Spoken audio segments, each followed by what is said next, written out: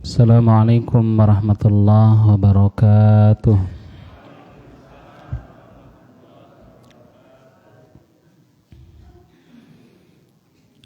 Alhamdulillah alladzi bi ni'matihi tatimmus shalihat.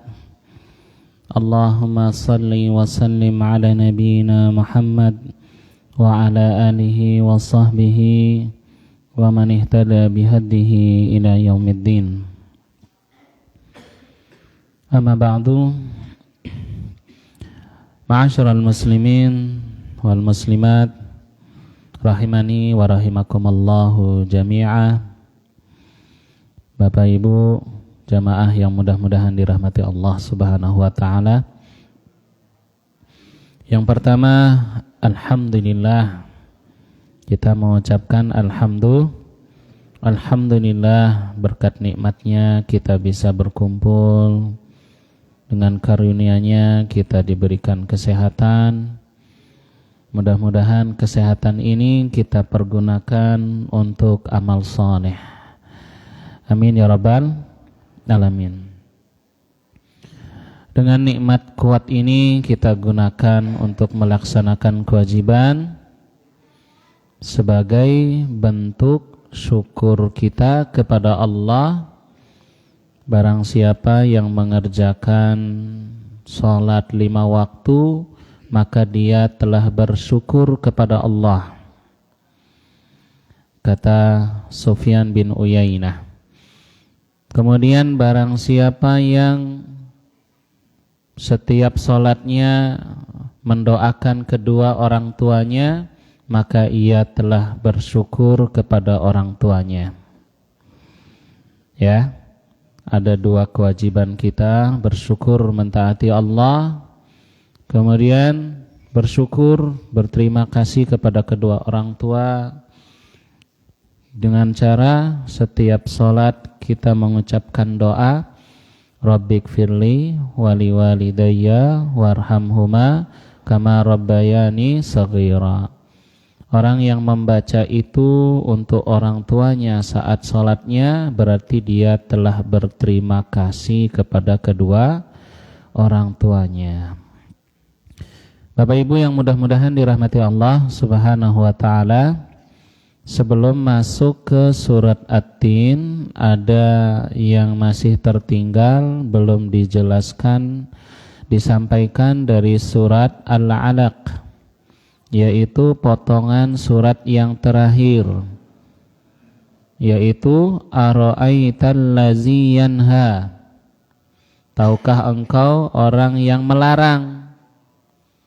Ada orang yang suka melarang. Siapa dia? Abu Jahal. Melarang siapa? Abdan idza shalla.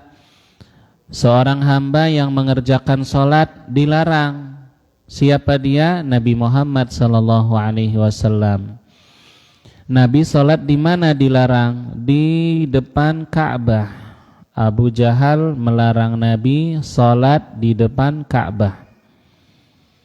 Melarang Nabi menyampaikan dakwah, melarang Nabi mengajarkan Islam kepada penduduk Mekah. Bahkan mengancam kalau Nabi salat lagi di depan Ka'bah, maka Abu Jahal akan memukul kepala Nabi.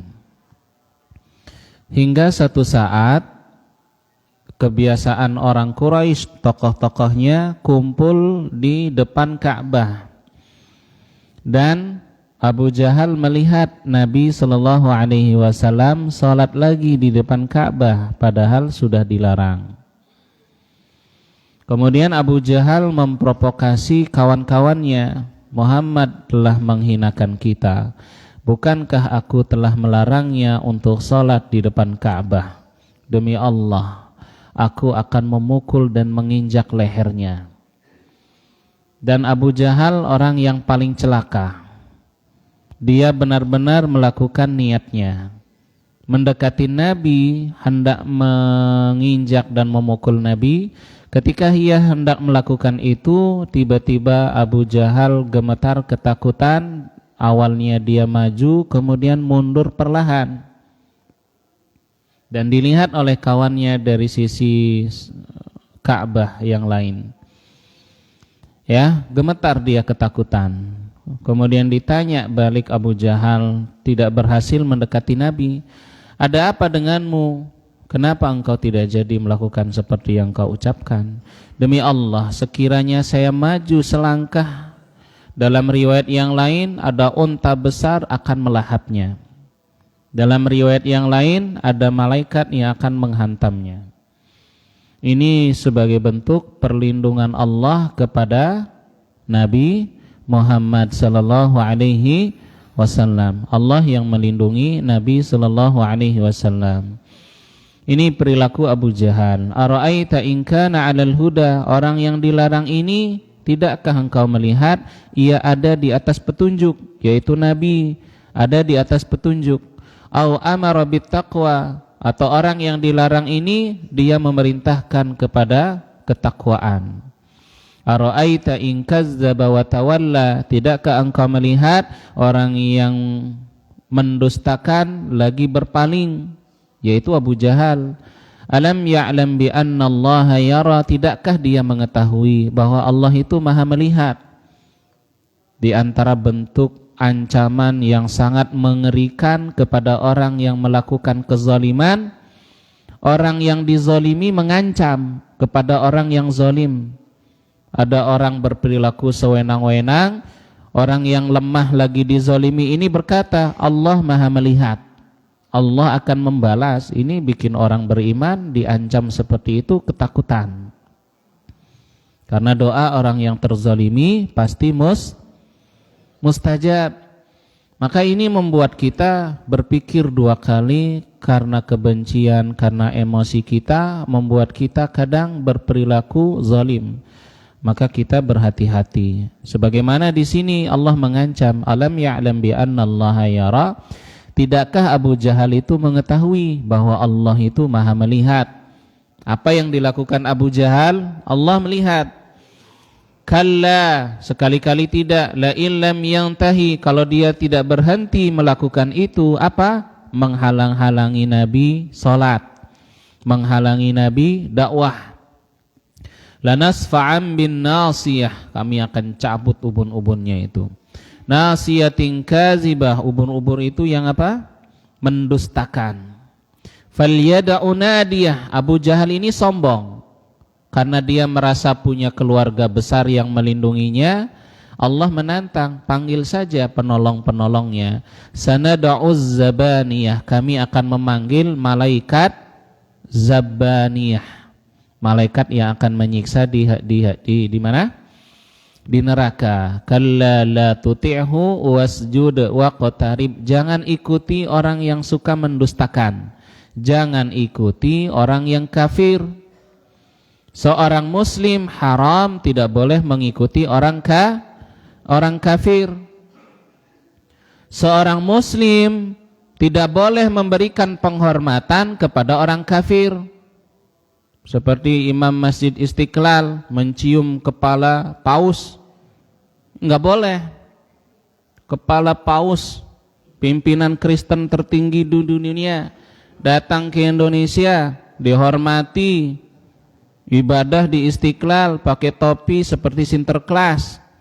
Ini kebablasan toleransinya, salah toleransi seperti itu. Enggak boleh mencium kepala orang kafir. Mencium kepala orang itu artinya menghormatinya. Kok orang kafir yang meyakini Allah punya anak dihormati? Inilah kesesatan dari Imam Masjid Istiqlal Nazaruddin Umar. Dia bilang Istiqlal ini bukan milik umat, tapi milik kemanusiaan. Ini ngawurnya minta ampun. Sekalian aja Masjid Istiqlal itu buat perayaan Natal, karena itu bukan milik umat Islam, milik kemanusiaan, milik peradaban. Sekalian aja umat Islam Jumatan di gereja, ini gereja bukan milik Kristen, milik kemanusiaan, milik peradaban. Ini sok paling bijak, sok paling toleransi. Nah, ini sekarang kita diajak secara halus untuk bertoleransi seperti toleransinya mereka ini. Cium kepala orang Kristen, cium kening si paus, Paus ini datang ke Indonesia, misinya besar. Satu, mendukung misi misionaris mengkristenkan muslim di pelosok-pelosok Indonesia. Itu tujuan dia datang ke Indonesia, menyuburkan, menambah jumlah Kristen di Indonesia, menyebarkan, mendukung gerakan misionaris. Jadi nggak boleh kita mendukung orang Kristen menyebarkan ajaran Kristen di Patik Raja, nggak boleh.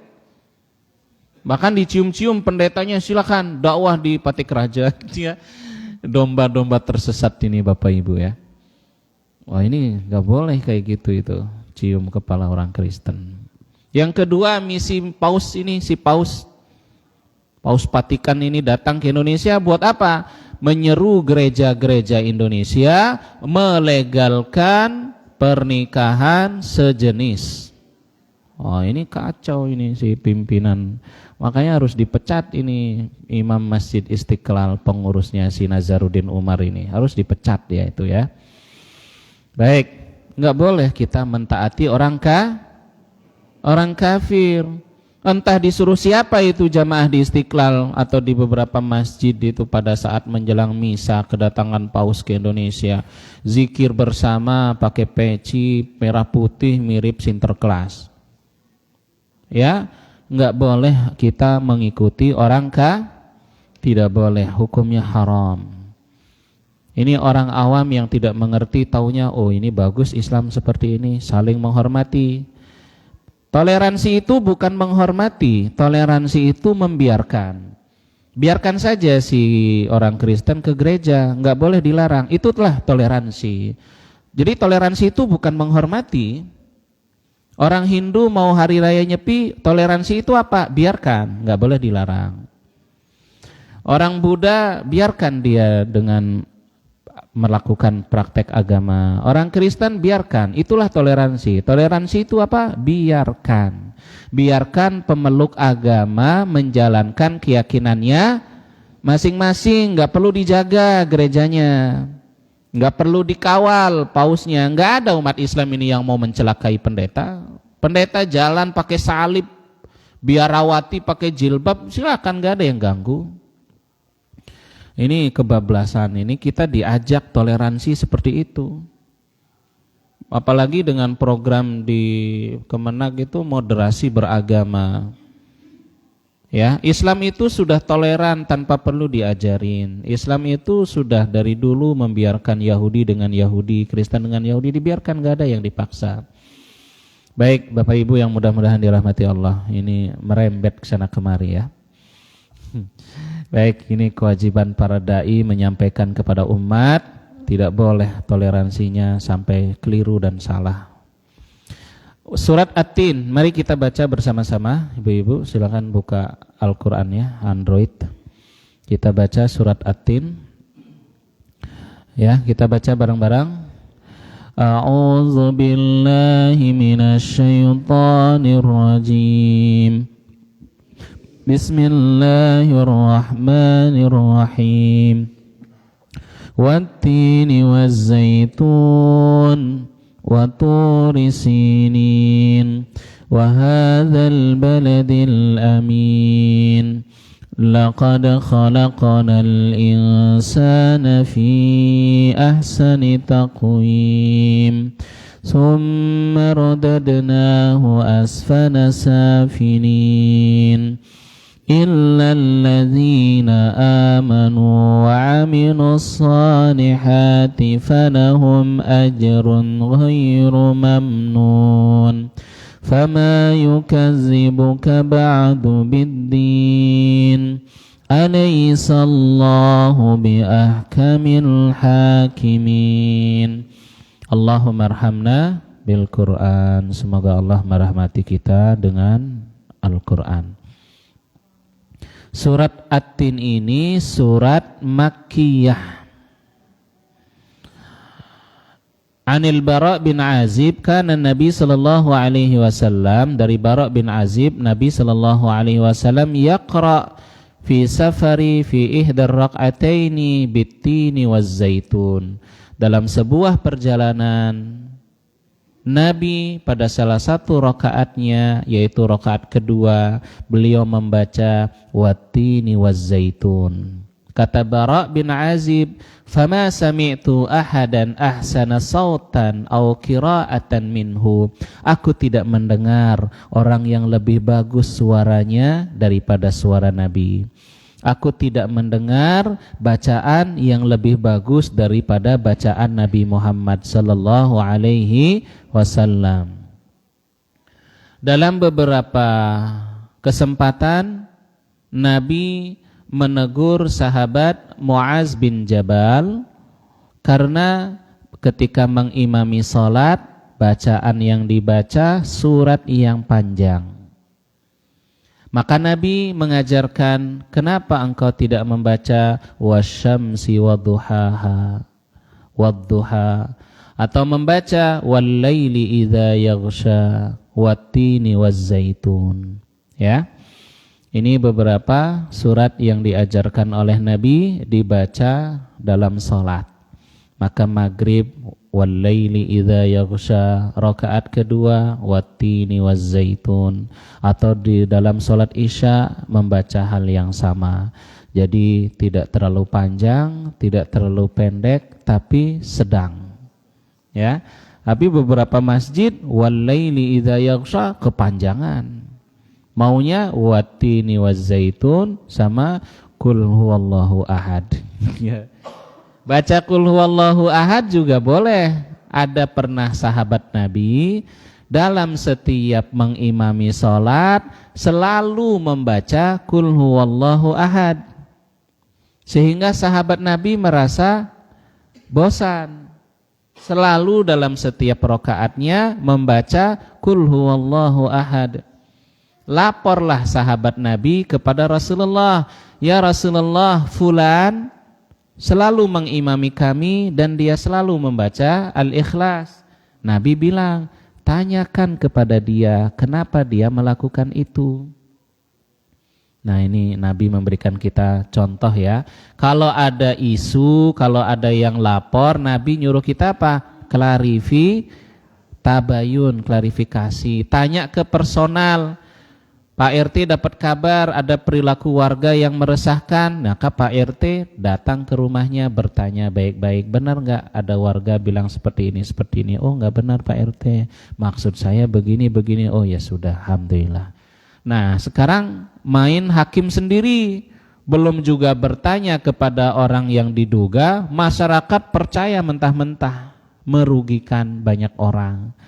Nah Nabi mengajari kita apa? Wahai Rasul, ada sahabat dia selalu mengimami kami membaca Al-Ikhlas. Nabi bilang, tanyakan kepada dia kenapa dia melakukan itu. Apa kata sahabat Nabi? Kenapa dia selalu baca Al-Ikhlas dalam salatnya? Innaha sifatur Rahman, sesungguhnya surat Al-Ikhlas ini berisi sifat-sifat Allah. Wa ana uhibbuha, dan aku mencintai menyebut memuji sifat-sifat Allah dalam surat Al-Ikhlas. Aku mencintai surat Al-Ikhlas ini. Nah, Nabi kemudian mengabarkan hubbuha iyah, kecintaannya kepada surat Al-Ikhlas mendatangkan cintanya Allah. Dalam riwayat yang lain, kecintaannya kepada surat Al-Ikhlas membuat ia masuk surga. Ya, membuat dia masuk surga. Maka imamnya nanti baca Al-Ikhlas gitu ya. Oh, jamaah ridho imam. Apalagi sholat tarawih Al-Ikhlas sampai bingung nih rakaat keberapa dia. Ya, sampai bingung nih rakaat keberapa itu ya. Ya boleh ya, bacalah faqra'u, imam itu faqra'u ma tayassara minal Quran. Imam membaca surat yang mudah baginya. Kalau imam mudah baca wasyamsi wadduhaha dibaca. Kalau imam mudah baginya membaca surat Al-Baqarah ya dibaca gitu ya. Kalau jamaahnya juga menerima surat Al-Baqarah ya dibaca. Kalau jamaahnya tidak terbiasa panjang, maka imam jangan panjang-panjang. Kalau jamaahnya menerima bacaan imam yang panjang dan lama, maka silakan, itu lebih baik imamnya membacanya suratnya yang lebih panjang, sehingga sama-sama mendapatkan pahala yang lebih banyak. Bacaan dalam sholat banyak yang didengar berarti banyak pahala. Cuman kadang kita karena banyak urusan ya, Udah yang penting sholat ya lah, nggak usah lama-lama. Ya, faqra'u ma tayassara minal Qur'an. Maka Nabi sallallahu alaihi wasallam ahsanu sautan, suaranya sangat indah, bagus. Wa qira'atan, dan bacaan Nabi Muhammad sallallahu alaihi wasallam juga sangat kayak apa ya Pak ya? Bu, irama bacaan Nabi sallallahu alaihi wasallam. Mudah-mudahan kita bisa mendengar suara Nabi di surga. Amin. Wattini wazzaitun, ikhtalafal mufassirun, para ulama berbeda pendapat. Apa maksud wattin wazzaitun? Pendapat yang pertama, at-tin itu adalah Masjid Dimashq, masjid yang ada di Damaskus. Ada yang mengatakan wattin itu apa? Al-Jabal, gunung yang ada di Damaskus. Ada yang mengatakan wattin, at-tin di sini maksudnya apa? Masjidu Ashabil Kahfi, masjidnya para pemuda Ashabul Kahfi. Ada yang lain mengatakan dari Ibnu Abbas, wattini wazzaitun itu maksudnya apa? Masjid yang dibangun Nabi Nuh di atas bukit Gunung Judi. Bukan judi online ya. Alal Judi. Ada gunung Alal Judi. Nabi Nuh kapalnya mendarat berlabuh di atas bukit Al-Judi. Baik. Ini maksud wattini wattin. Ya, wazzaitun kata sahabat, az-zaitun itu maksudnya apa? Masjid Baitul Maqdis yang sekarang sedang dijajah. Semoga merdeka, amin. Ada yang mengatakan wattin itu ya buah tin yang kalian makan. Wazzaitun, buah zaitun yang kalian konsumsi. Waturi sinin, turi sinin itu apa? Jabal allazi kallamallahu alaihi Musa, gunung yang Allah berbicara dengan Nabi Musa di atas Tur Sina. Gunung Tur Sina. Waturi sinin. Di sini baik, kalau dia buah, ternyata buah tin, buah yang luar biasa. Kalau dia memang maksudnya az-zaitun adalah buah, maka buah zaitun adalah buah yang diberkahi. Ini manfaat zaitun begitu banyak. Cuman sayang kita di Indonesia minyak zaitun ini termasuk minyak premium, minyaknya sultan. Orang-orang kaya menggoreng pakai minyak zaitun, ya, kaya banyak duit. Kalau kita di sini minyak zaitun buat campuran. Sebotol gini minyak zaitun harganya berapa? 70.000. Bisa buat beli minyak goreng berapa liter itu? Ya, buah zaitun yang ada di minyak zaitun yang ada di Indonesia itu kebanyakan dari Spanyol. Apa mereknya, Pak? Saya lupa. Saya dulu sering beli. Kalau buah zaitun dan minyak zaitun terbaik yang tumbuh di daerah sekitar Palestina. Buah zaitun, minyak zaitun terbaik di dunia yang tumbuh di Palestina dan di Damaskus, di negeri Syam. Ini buah zaitun terbaik di dunia. Minyaknya segala macam dari zaitun benar-benar bermanfaat bagi manusia. Allah berkahi buah zaitun. Dan di antara minyak yang bisa mengobati penyakit, minyak zaitun, diabetes, kolesterol, itu minum minyak zaitun. Minyak diminum, Pak. Tapi bukan seperti minyak sawit kita. Baik, minyak zaitun, minyak yang diberkahi. Bisa buat kecantikan segala macam, skincare itu juga kandungannya dari zaitun. Baik. Ini sumpah Allah. Allah bersumpah dengan makhluk-makhluknya. Wattin, buah tin. Kalau ibu-ibu di sini ada yang punya buah pohon tin? Kalau pohon tin gampang ditanam ya. Kalau zaitun itu nggak bisa. Dia hanya tumbuh di negeri sana. Waturi sinin wa hadzal baladil amin. Kata Ibnu Abbas, yaitu negeri Makkah. negeri Mekah, nggak ada perbedaan pendapat. Kemudian ada beberapa ulama yang berpendapat hazihi mahalun salasah. Ini Allah menyebut watin wazaitun wa turi sinin wa hadzal baladil amin. Ini Allah menyebutkan tempat. Tempat apa? Ba'asallahu fi kulli idin minha nabiyyan mursalun. Di tempat Tursina dan di tempat al-baladul amin negeri Mekah, Allah mengutus seorang nabi di setiap tempat itu. Dan bagian dari nabi ulul azmi. Ulul azmi itu apa? Nabi yang punya kesabaran, tekad, motivasi yang luar biasa. Ya, famahallu tin wa zaitun, tempat tumbuhnya buah tin dan buah zaitun yaitu Baitul Maqdis. Di situ diutusnya Nabi Isa. Ya, Baitul Maqdis. Di situ tempatnya Nabi Isa. Wattini wazzaitun, Palestina sekarang. Palestina itu negeri yang diberkahi. Ya, dari zaman dulu sampai akhir zaman Palestina negeri yang Subhanalladzi asra bi'abdihi lailan minal masjidil aqsa minal masjidil harami ilal masjidil aqsa allazi barakna haulahu, kami beri keberkahan kepada Masjidil Aqsa dan sekitar Masjidil Aqsa. Ya, negeri yang diberkahi. Kalau kita negeri Indonesia diberkahi apa tidak? Ya, diberkahi. Diberkah? Apa tanda Indonesia diberkahi? Banyak orang beriman dan beramal soleh, ini diberkahi. Watin wa zaitun yaitu Baitul Maqdis, di situ diutus Nabi Isa. Yang kedua Turisinin yaitu Tursina allazi kallamallahu alaihi Musa bin Imran. Ini tempat diutusnya Nabi Musa, Tursina. Pertanyaannya, Tursina ini di mana? Di mana Bapak Ibu?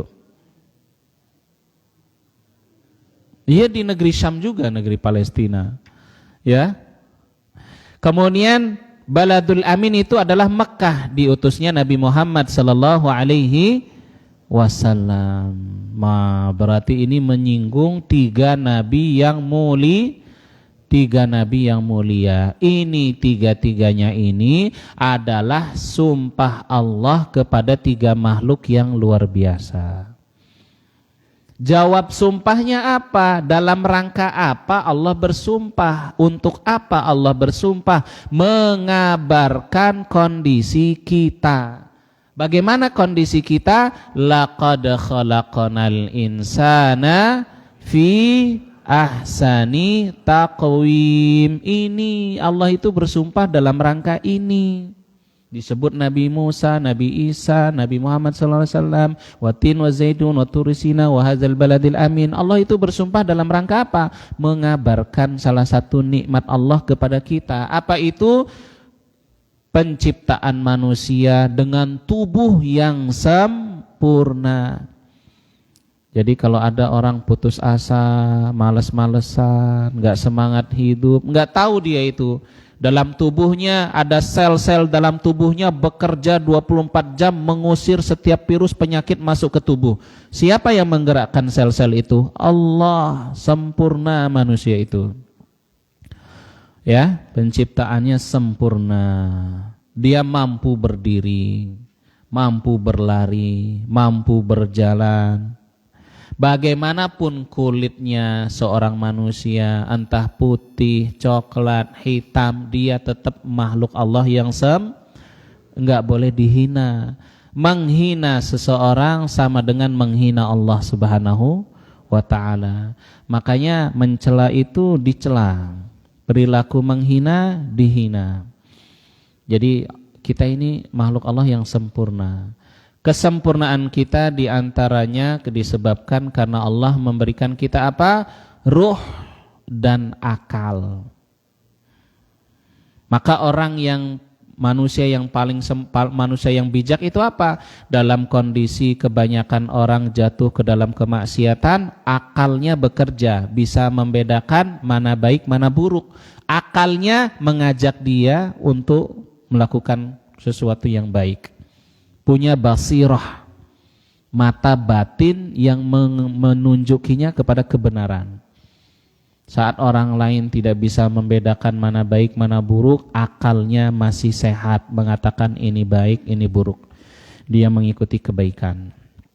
Laqad khalaqnal insana fi ahsani taqwim. Semasa kecil, semasa remaja, semasa dewasa, fi ahsani taqwim. Kemudian di antara nikmat Allah kepada kita apa? Lisan. Nikmat Allah kepada kita apa? Lisan yang bisa berbicara. Lisan kita bisa berbicara karena apa? Karena telinga kita bekerja. Ya enggak, Pak? Ya. Makanya ulama itu ada yang mengatakan, mana yang lebih baik? Orang yang buta apa orang yang enggak bisa bicara? Mana yang lebih baik, Pak? Ya paling bagus ya sehat waras ya. Maksudnya kalau disuruh milih, nauzubillah, lebih memilih buta daripada nggak bisa bicara. Karena buta berarti masih bekerja telinga dan lisannya. Tapi kalau tidak bisa bicara, telinganya nggak bisa bekerja. Orang yang buta masih bisa hafal Quran. Orang yang buta masih bisa baca Quran. Tapi kalau lisannya hilang, nggak bisa.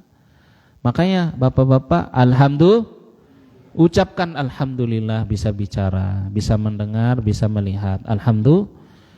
Alhamdulillah, malaikat-malaikat di sekitar arsy Allah yang mengepakkan sayapnya, nanti penghuni surga memandang arsy Allah, di situ ada banyak malaikat Allah. Malaikat itu di sekitar arsy Allah senantiasa mengucapkan apa? Alhamdulillahirabbil walhamdulillah tamla'ul mizan. Ucapan alhamdulillah ini memenuhi timbangan. Makanya Allah suka dengan hamba yang selalu mengucapkan alhamdulillahirabbil alamin. Maka Bapak Ibu jangan lupa selalu mengucapkan alhamdulillahirabbil alamin atas nikmat Allah. Apalagi kita mungkin apa tidak, Bu? Allah melahirkan kita sebagai batu. Bisa enggak, Bu? Ya bisa lah. Allah lahirkan kita sebagai apa, Bu? Misalnya mohon maaf, sebagai binatang. Bisa enggak, Bu? Siapa yang membuat binatang jadi binatang? Hidup di dunia jadi binatang. Allah yang menghendaki jadi binatang. Sedangkan kita di dunia, Allah kehendaki kita tercipta sebagai manusia. Ini nikmat Allah dan ini tanda cinta Allah kepada kita. Ya, maka fabi ayyi ala'i rabbikuma, nikmat Tuhan mana yang kamu dustakan?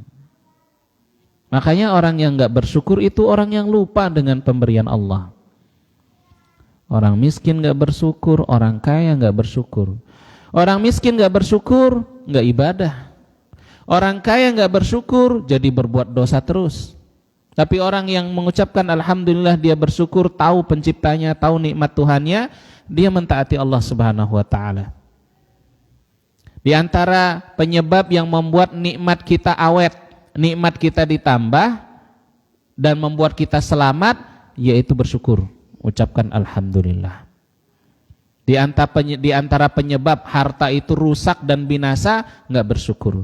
Yang membuat harta itu bertambah dan awet, ucapan alhamdulillah. Ya, maka banyak-banyak mengucapkan alhamdulillah. Terutama Bapak Ibu yang sudah mencapai usia 40, 50, 60, 70. Banyak-banyaklah mengucapkan alhamdulillah. Idza jaa nasrullahi wal fath. Kalau datang kemenangan pertolongan Allah, wa ra'aitan nasa yadkhuluna fi dinillahi afwaja. Apa perintah Allah? Nabi yang sudah umurnya 60 tahun sudah menang Islam itu, fasabbih, ucapkan subhanallah wa bihamdi rabb wastaghfir. Jadi tiga kalimat zikir yang disunnahkan banyak dibaca bagi yang telah mencapai usia 50 ke atas. Subhanallah, alhamdulillah, astagfirullah. Yang kita baca dalam salat, subhanakallahumma rabbana wa bihamdika allahumma gfirli, itu ada 3 kalimat. Nabi ketika setelah turun surat An-Nasr, Aisyah melihat Nabi terus-menerus memperbanyak membaca Subhanakallahumma rabbana wa bihamdika Allahumma gfirli. Atau Nabi banyak membaca Subhanallah wa bihamdihi astagfirullahal azim. Subhanallah wa bihamdihi astagfirullahal azim. Subhanallah wa bihamdihi astagfirullahal azim. Ada tasbih, ada tahmid, ada istighfar. Ya, ini amal yang dianjurkan banyak dibaca bagi yang telah mencapai usia 40 tahun ke atas.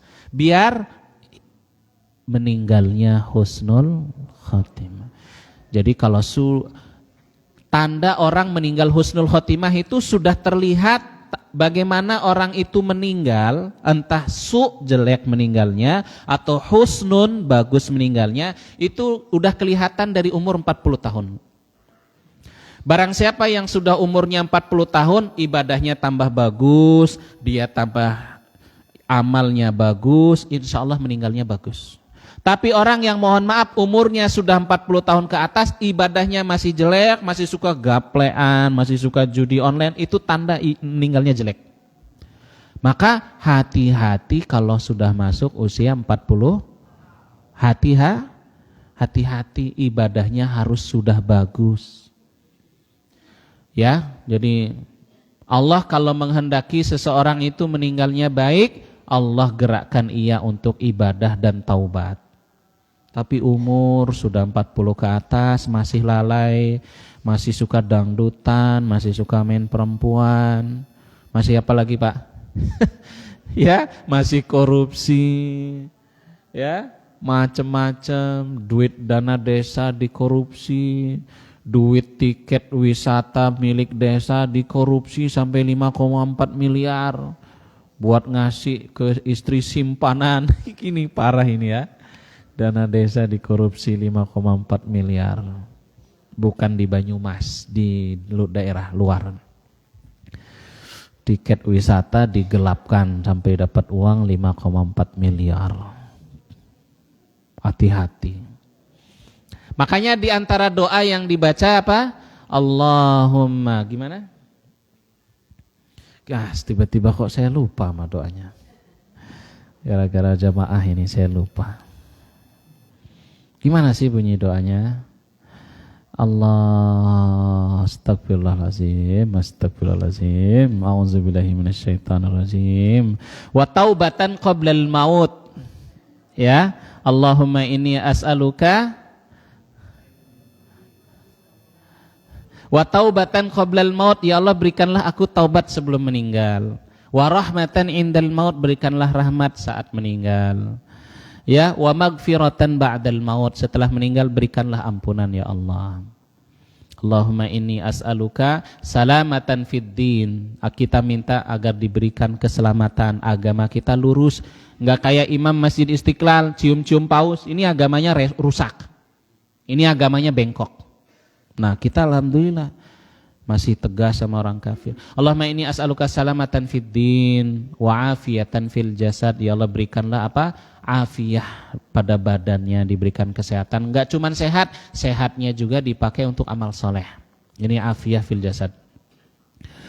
Wa barakatan fil rizki, diberikan keberkahan pada rizki. Wa taubatan qoblal maut, ya Allah berikanlah aku taubat sebelum meninggal. Wa rahmatan indal, dan berikanlah rahmat saat sakaratul maut. Ya. Wa magfiratan ba'dal maut, dan berikan ampunan setelah meninggalnya. Allahumma hawwin alaina fi sakaratil, mudahkanlah kami dalam saat sakaratul maut, meninggalnya husnul khatimah. Nah, ini doa yang sering-sering Maka hati-hati kalau sudah umur 40 tahun ke itu hati-hati. Karena meninggalnya seseorang sesuai dengan kondisinya saat umur 40 tahun ke atas. Kondisinya baik, insya Allah meninggalnya baik. Baik, lanjut. Ini manusia diciptakan dalam kondisi sempurna, diberikan kekuatan, diberikan akal. Summa radadnahu asfala safilin. Kemudian kami kembalikan mereka ke mana? Ke neraka yang paling rendah. Siapa dia? Orang kafir. Summa radadnahu asfala safilin. Kami kembalikan ia ke tempat yang rendah. Yaitu maksudnya satu, kata ulama, neraka yang rendah. Maksud kedua, kata ulama, kondisinya yang awalnya prima, sempurna, sehat, kuat, balik lagi ke seperti anak-anak sudah sepuh. Sudah sepuh, dulu seperti anak kecil, gak lupa. Pikun, nauzubillah min zalik. Muda, kuat, setelah itu asfala safilin, balik lagi kondisinya lemah. Ya, lemah.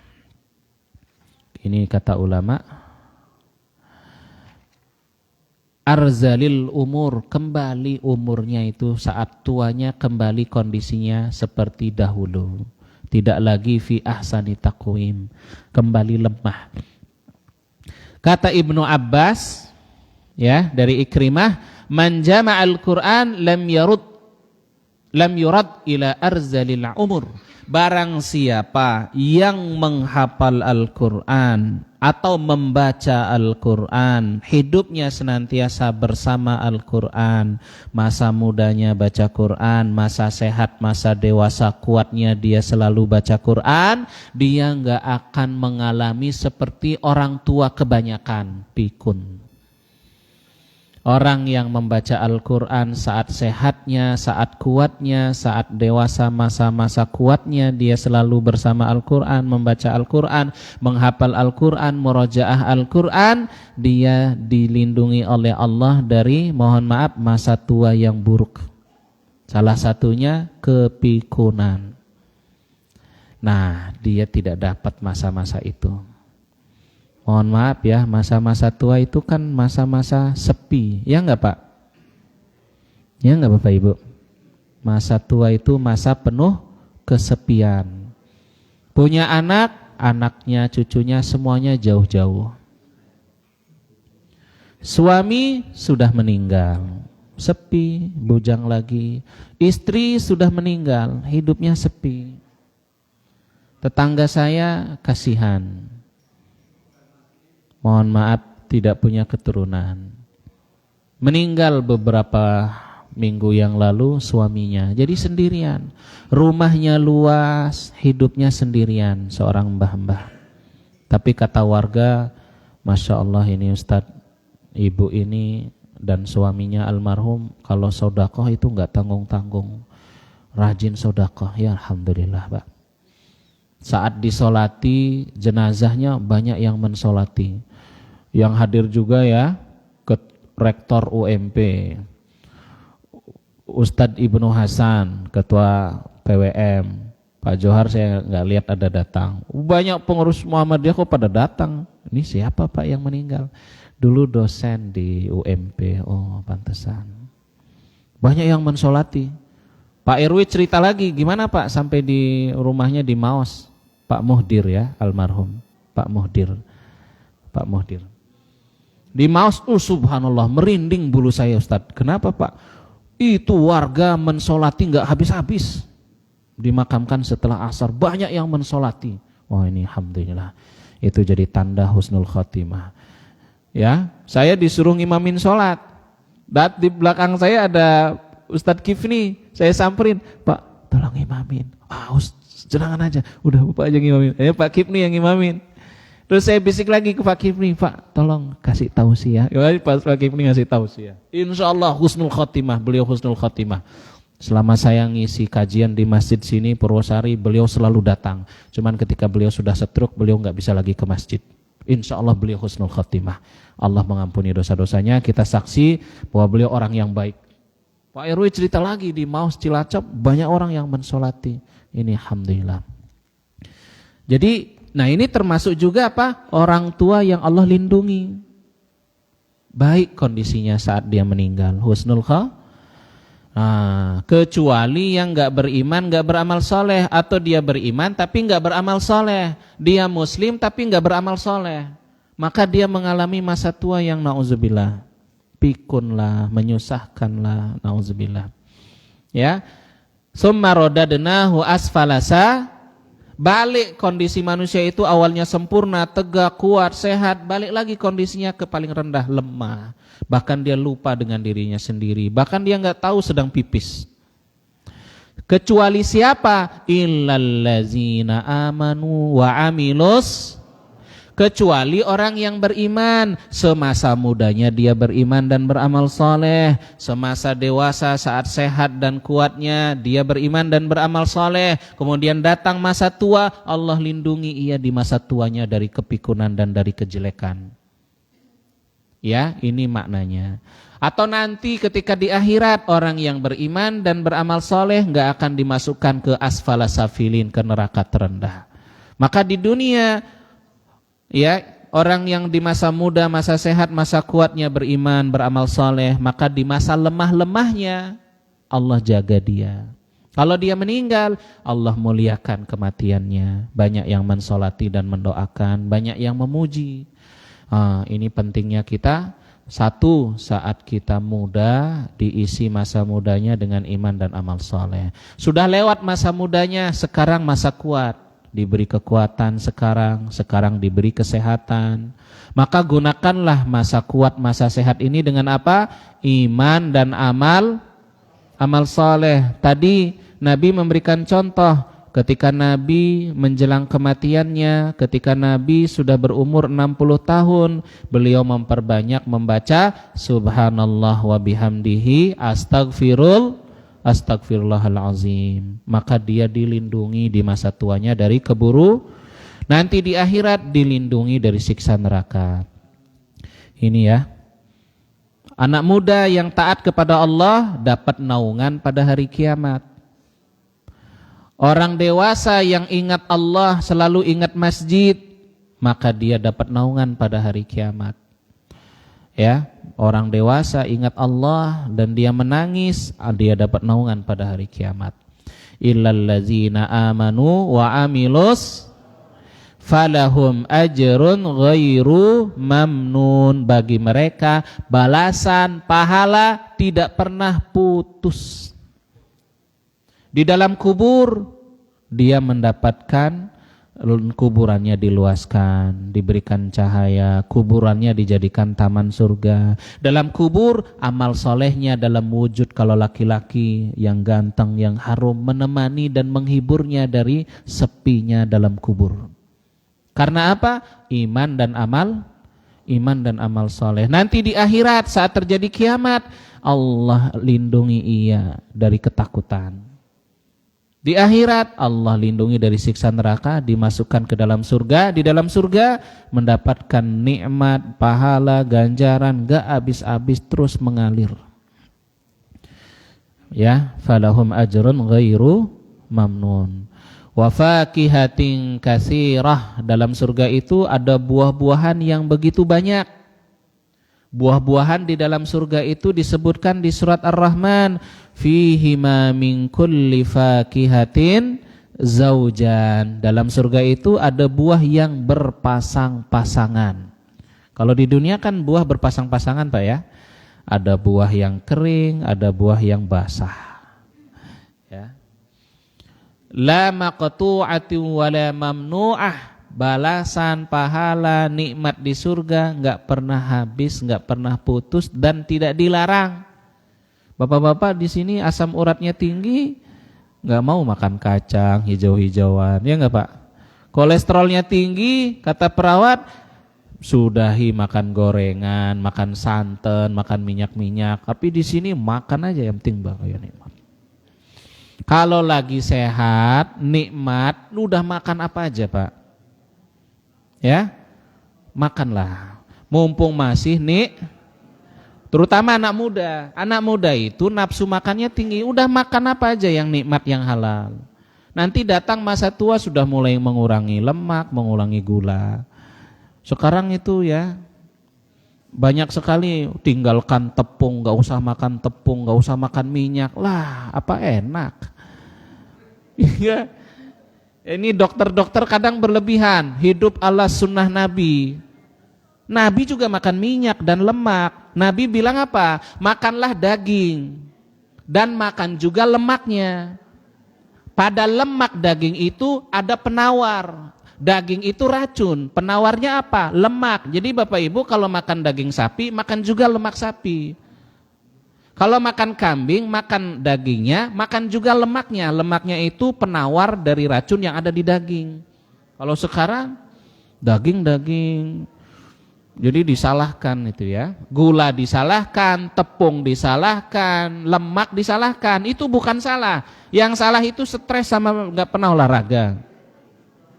Yang salah itu apa? Stres sama nggak pernah sudah makannya enak-enak, pikirannya stres, nggak olahraga, ya udah kolesterol naik, asam urat naik, diabetes, gula darah. Disalahinya tepung, jangan makan roti, jangan makan gorengan. Makanlah yang enak-enak ya. Yang penting apa? Jangan berlebihan. Saya dulu termasuk ibu yang ikut itu. Saya dulu berhenti 3 bulan saya nggak makan nasi, lemes. Mau ngajar lemes, nggak ada tenaga.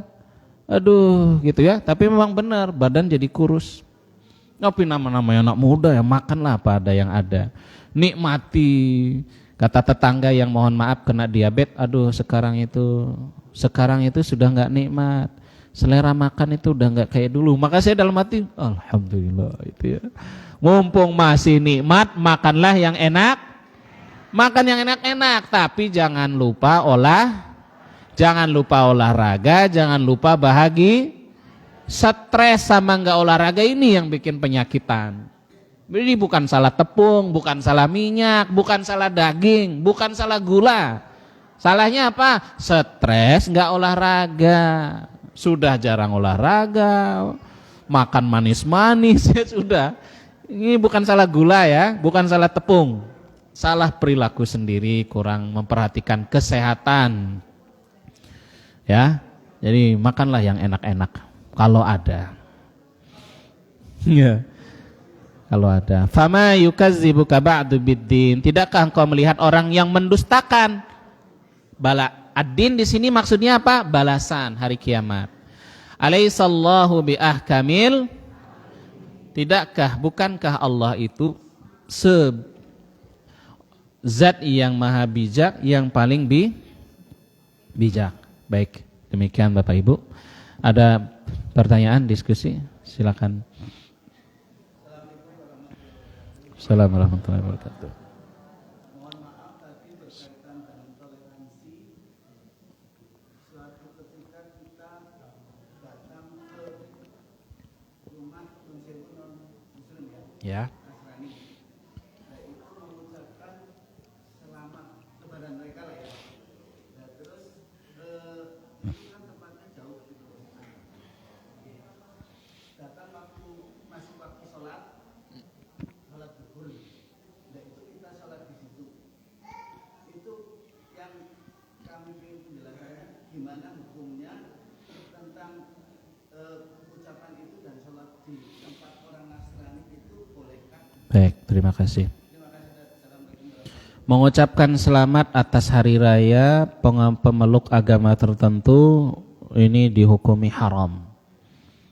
Hukumnya haram mengucapkan selamat-selamat atas hari raya pemeluk agama lain. Orang liberal, orang sekuler bilang boleh, nggak apa-apa, toleransi. Ya, kita bilang haram, tidak boleh. Kemudian sholat di tempat orang Nasrani, bagaimana hukumnya? Nanti dilihat kondisi, asal jangan kiblatnya menghadap salib. Boleh sholat di rumahnya orang Kristen, kalau memang di situ keluarganya orang Kristen. Tapi pastikan di situ nggak ada patung Maria, nggak ada salib, atau nggak ada patung-patung yang lain. Ya silahkan boleh. Tapi orang Kristen yang pengertian biasanya dia tidak. Ya, jadi pastikan kita sholat di atas temboknya, di depan itu tidak ada salib. Ya, silahkan. Itu boleh. Banyak gereja dibeli oleh kaum muslimin, termasuk Muhammadiyah juga pernah membeli gereja di Eropa, kemudian dijadikan masjid, boleh. Tapi salib-salibnya udah dibuang, gambar-gambarnya sudah cat ulang, tidak tersisa bekas-bekas Kristen. Itu boleh. Nabi bahkan menjenguk orang Yahudi yang sakit. Nah, jadi ini contoh nyata bagaimana Nabi bertoleransi. Ya, walau tetangganya Kristen tetap dijenguk kalau sakit. Tetangganya Kristen, keluarganya mati, ya kita tetap takziah, boleh takziah. Tapi takziahnya jangan sampai mengucapkan semoga almarhum, nggak boleh bilang kafir almarhum. Sekali lagi nggak boleh menyebutkan orang kafir semoga almarhum, nggak boleh. Almarhum itu dirahmati Allah, dan orang kafir al-maghdub, dilaknat Allah, dimurkai. Jadi boleh takziah kepada tetangga Kristen, kerabat Kristen, boleh takziah. Yang nggak boleh mendoakan rip. Gimana rip itu ya? Rest in peace. Istirahat dalam damai. Nggak ada itu orang kafir itu rest in peace. Yang ada rest in hell, istirahat di neraka. Ya. Nah, ini kadang kita ini latah ya, penyanyi yang dicintainya Kristen almarhum. Enggak boleh bilang orang kafir almarhum. Al-maghdub yang benar, al-maghdub yang dimurkai. Jadi takziah boleh, takziah orang Kristen, tapi jangan didoakan selamat di akhirat. Cuman bilang semoga keluarga bersabar. Begitu aja doanya. Didoainnya yang masih hidup. Semoga keluarga mampu bersabar, ya, diberikan kelapangan. Udah, nggak boleh doain yang udah mati kafir.